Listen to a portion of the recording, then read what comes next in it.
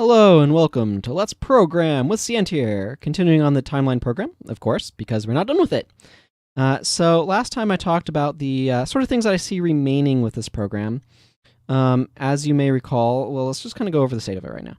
So I can wait for it to pop up. So I can add events to the timeline. I can name events Sly, because we're Magic players now. And Sly began at date 3, and red deck now wins. And then we can add a split timeline. Let's put this at 8 and say Morrow hired. And the Morrow hired timeline, we can add an event and put it at like 3 and say Tempest. Huzzah. And we could save this if we wanted to. I'm not going to because that would be silly. Let's go ahead and add one more event at 20 and call it Magic dies, sad face. Because no Morrow. There. Let's just be absolutely silly with how we're calling this. And we can see right here we have our timeline. Morrow hired is we're just looking at just the main timeline, so Morrow hired is just there, it's just an event. But if we do this, then we can see, oh, off of Morrow hired, here comes Tempest. And things kind of have this nice lovely thing. We can scale the timeline. And here's our little scaling value. I'm going to do a couple of things, because there's a few things that I think this needs left. So the first thing that I want to do is I actually want to get a zoom feature implemented. So that way if I hold down Control and scroll, it will adjust this root position. So for example, no, it's running away from me. I want to be able to zoom in right here and have it like go kind of like keep the mouse in the same relative location, as it were. So that's going to be kind of tricky because I'm going to need to figure out what the math needs to look like to be able to do that. Because it's going to be how much I'm adjusting sort of the time stuff by and figuring out, okay, how much does that mean I need to move things to keep the mouse in the same relative spot. So there's going to be a lot of complication there. Then the next thing that I want to do after that actually should be a fairly simple thing, and that's see where I have this number here. I kind of want to just put control information right here. So I want to have it display like pan with left mouse. Actually, replacing the cursor on the screen with the hand would be go a long way towards that as well. And I want to put like Shift plus scroll wheel, speed up, zoom. See, it speeds it up, or speed up timeline scaling, or scroll wheel, scale timeline, plus Shift, faster scaling, Control, zoom on timeline. So I just want to put some help information on how to work this screen so that way people know. And then I want to do math to make these split timelines push out to accommodate stuff next to them. So that's going to be a tricky process. Very tricky process because it's going to need to like take a bunch of information into account.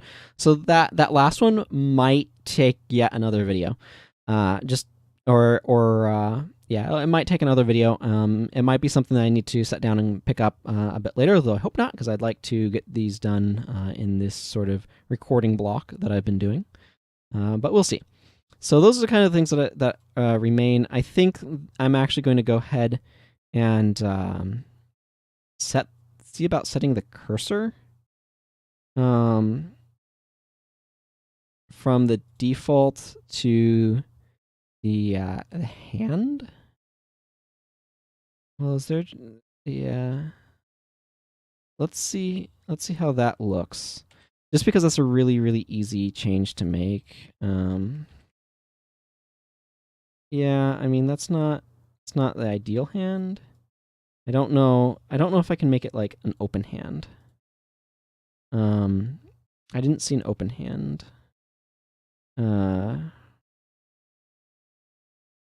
So maybe what I'll do is instead of the hand, I'll just use one of the pan controls, maybe. I don't know. I guess the hand's okay. I'll leave it the hand for now, just because that will help kind of clarify how it works. I guess I'm not entirely satisfied with that, but eh. Okay, so coming back in here, just because that was a really easy change. Now what I need to do is I want to implement zoom. So for that, I'm going to need decimal ppt delta, and that's going to start off with root.ppt, and then ppt delta minus equals root.ppt. So that's going to get me the change in ppt.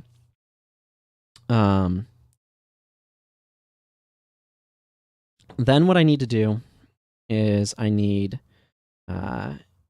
if modifier keys and keys dot control, the control modifier key is equal to keys dot control.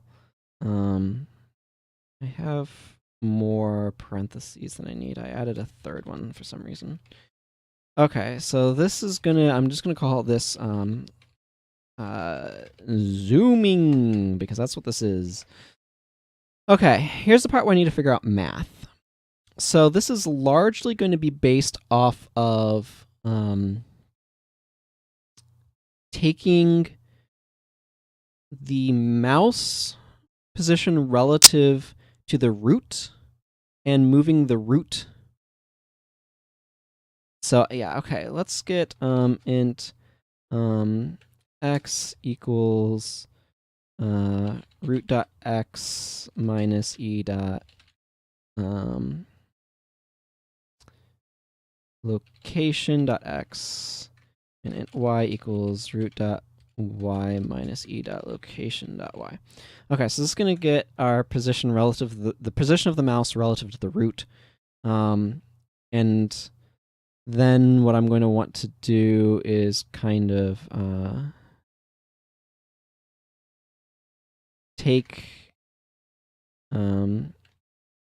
x equals int x times ppt delta. I'm just trying something to see if it works.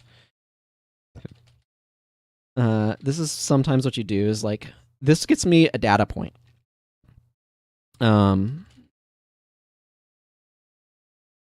So this gets me a data point. If this works, great. If it doesn't, it will give me some information about what direction to go. Is the hope.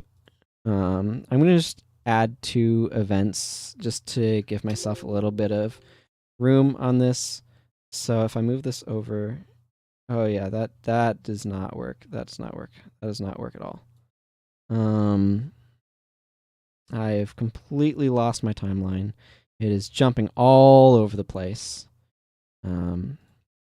Okay, so right now what I want is a different bit of information. I'm gonna just put a giant comment over here. This is the paint function for rendering things. I'm just putting this here to just be really long so I can find it. Okay, so what I want here is going to be a little different. So I'm going to replace this with .x.toString plus root.y.toString plus that. Okay, so now that'll give me the location of the root. Now,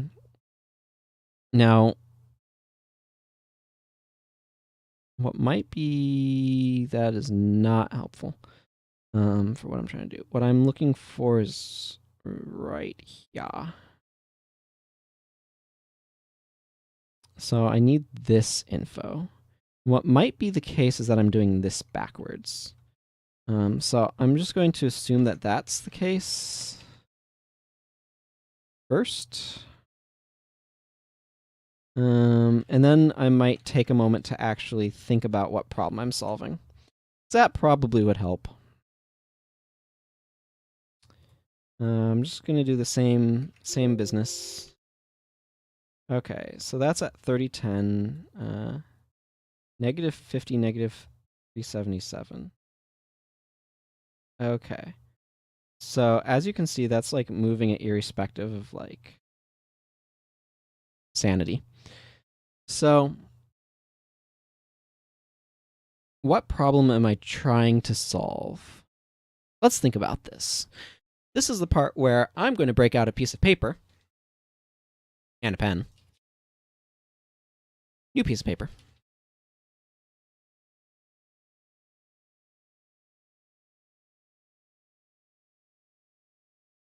Okay, so sorry, I was probably talking a little quietly there because I was looking at the piece of paper that I have. So what I have going on is I have my position where my root is, and I have the position where my mouse is. And what I want to do is I want to move the root, I want the vector from the mouse to the root, and I want to scale that by the adjustment in the root. So, I might have the elocation minus root thing the wrong way of what I want. But what I really need to do is I want to take delta plus equals 1. Okay, and the reason for that is that should give me a more accurate scaling factor. So let's quickly see what change that makes. So that moves it closer regardless.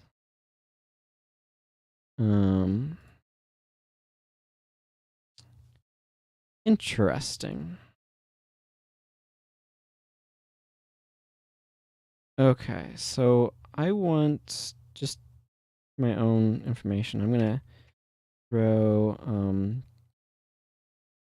debug variables, decimal, ppt premod, ppt postmod. Okay, so I need these variables, come back down. Actually, I'm just gonna take this gigantic thing.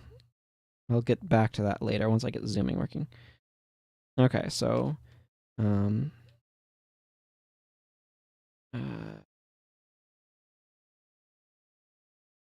yeah, ppt premod. Actually, I can just put that here equals ppt delta, and then ppt postmod equals ppt delta. Okay, so then I want to come down here to our render function, and I want to put string info string equals this. I want to output info string, and I'm going to be using info string later. So, environment.newline, ppt pre. I'm just gonna put the number there. Ppt premod dot toString plus environment dot newline plus ppt postmod dot toString plus environment dot newline. Okay, that last environment dot newline is completely irrelevant. But this is one of the things you need to do when you're debugging, is you need to be able to have information to work with. And right now, I have no information to work with. So that's negative 12. Okay, so that's getting positive.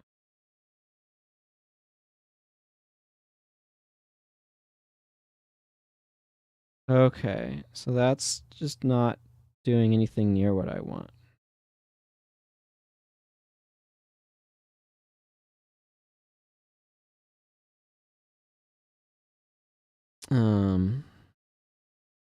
Okay, I think I know why.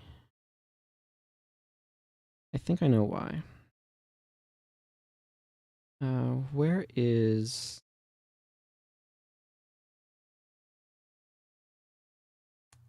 this thing right here? Okay, so if I'm doing this correctly, and I might have this backwards. I always struggle with that. So I have the vector 1, 0. So I want the point I'm pointing to be subtracted from the point I'm pointing from. So I have this backwards, I think. Whoop, that was shift, not control. That's why that was going super slow.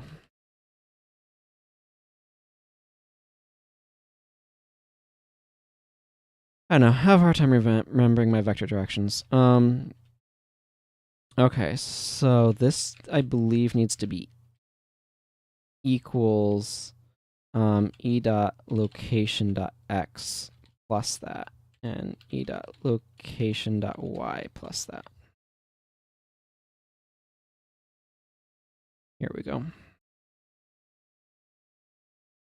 Let's see if this works. There's our event. Zooming in gets closer, zooming out gets further away. If I zoom out over there. Yeah, but that's zooming out by such a small amount. That's practically 1.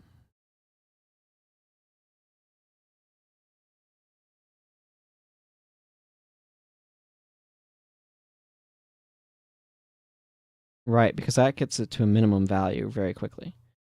So let's test this with a split timeline at 15, and let's add an event at 30 on this guy and go back to our main timeline, and add another event at 45. Okay. This is going to cause some overlap issues, so let's bump this down to like 61. Sure. Now, if I do the full timeline here, I can... Okay, that is going absolute screwy. Yeah, I know. It's absolute screwy. Because the PPT delta is so very big at that point. That it's shoving this, like, insane values. How do I not have it do that?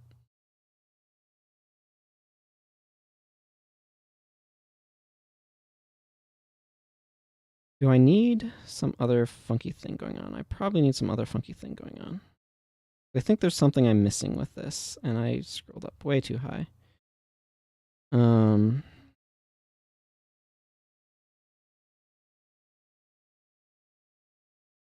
I think getting the PPT delta variables is not useful anymore, so I'm going to just delete those off. So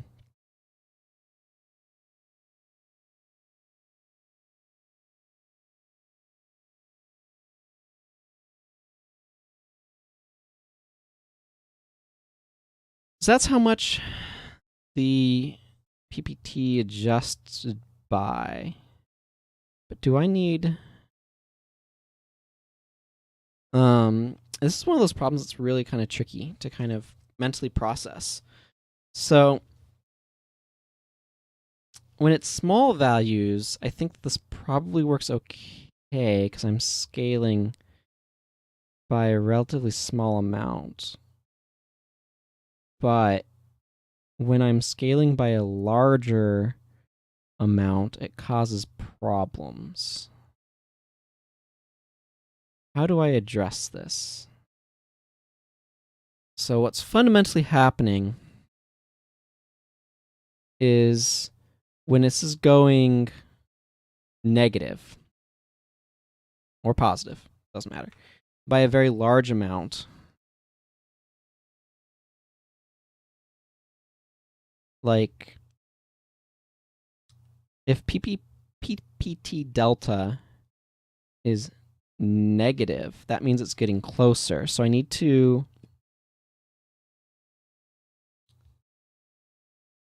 but if it's that shifting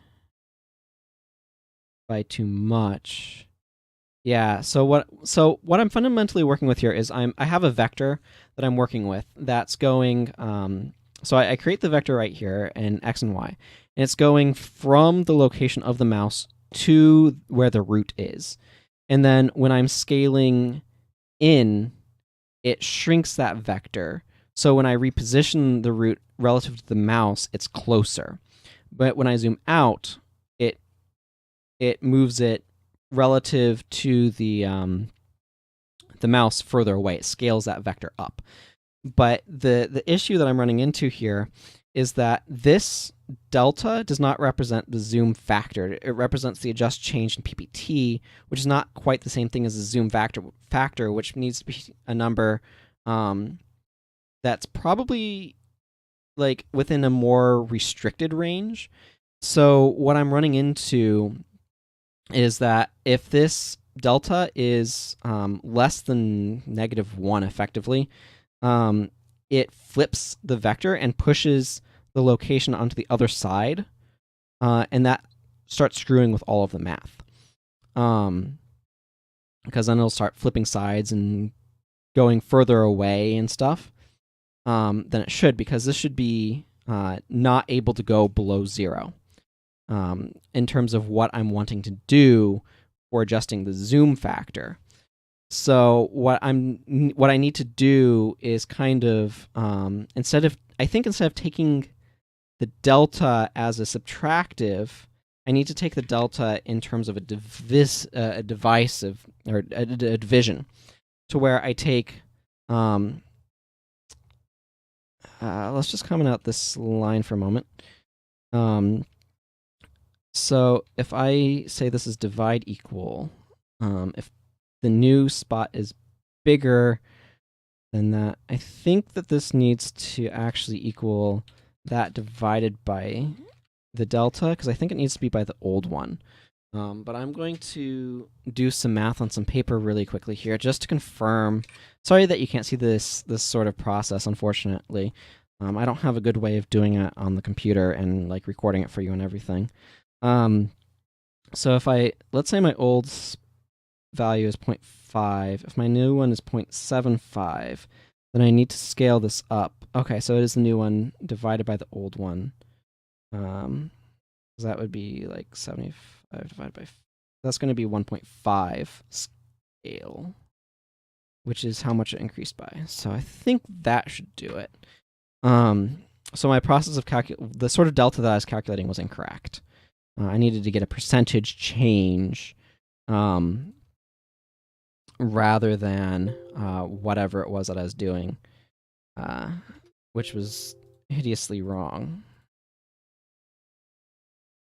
Okay, so now I have this mess, and you can see right here how this is going over. That's what I want to fix with sort of the next step. Yeah, see, now that's working the way it's supposed to. So if I zoom in on this event,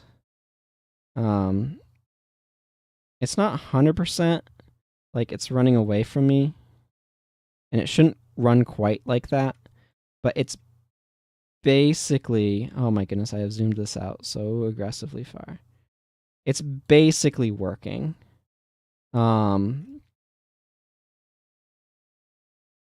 So that's probably not scaling quite accurately.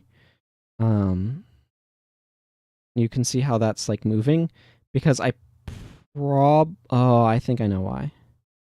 Okay, I think I know one more thing that I need to do.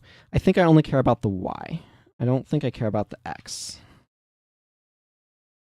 Because remember, our zoom only affects the y. So I'm going to just make that same doohickey. I'm at 45 control. Okay. So that zooms in along there, and yeah, now that's starting to run away from me. It's no longer flying in the x, and if I like get relatively on that, like you can see that position gets fairly large, and this stays fairly stagnant. And that's entirely, well, like it's hard to get on that spot, but well, and also I'm getting huge values. But you can see that that is making the zoom function properly, as it was the x should not be getting adjusted because it's not scaling on the x; it's only scaling on the y. So that is fixed, so that's good. So the next thing that I wanted to do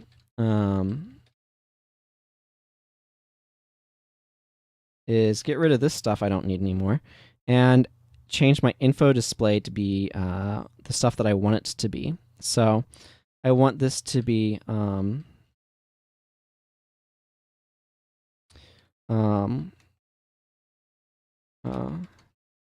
mouse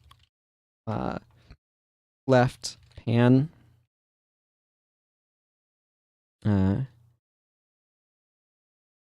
Actually, mouse left plus drag is pan. So actually, is there a way of getting this thing's alignment to be? What's string format do? String format generic default dot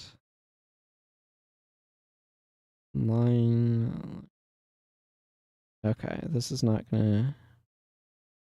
I'm going to try using this string format thing to see if I can get it right aligned. No, actually, no, I'm not going to bother. I'll just write what I want this to be, and if I need to adjust this, I'll adjust it. So that's what I'm going to do. Let's see. Scroll wheel, scale dates, plus environment.newline. Let's align that there. This needs to be plus, and let's get rid of that. And then scroll wheel plus shift.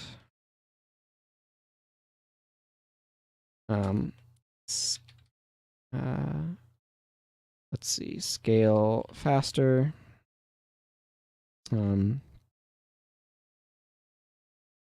Faster, and then plus environment dot new line. Let's see, where are we at for time? So we're basically almost out of time. So this like TTRL.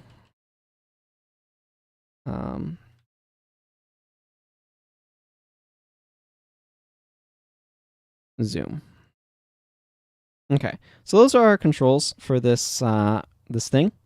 So what I need to do next is, this is probably too small, so I'm going to just bump this up to 200. And I'm going to just run this and check. Oh, right.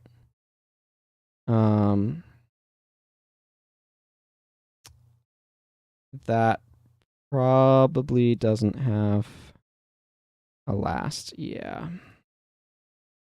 I'm just going to go here and go if last does not equal null. Do that. Always good to do random tests like that. Okay, so 200 is too much. You can see that right now, that needs to be over to the right a little bit.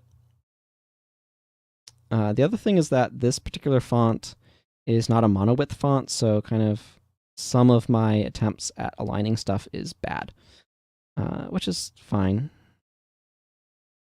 So what I'm going to actually do is I'm going to throw 2 tabs in here, and then replace this with a tab, and no, not that with a tab, but just kind of hope that a couple tabs fixes it and kind of figure out where things are there. And I'm going to drop this to 150. Just a couple of messing with stuff. Okay, so 2 tabs is too much, so let's do 1 tab and see how that is.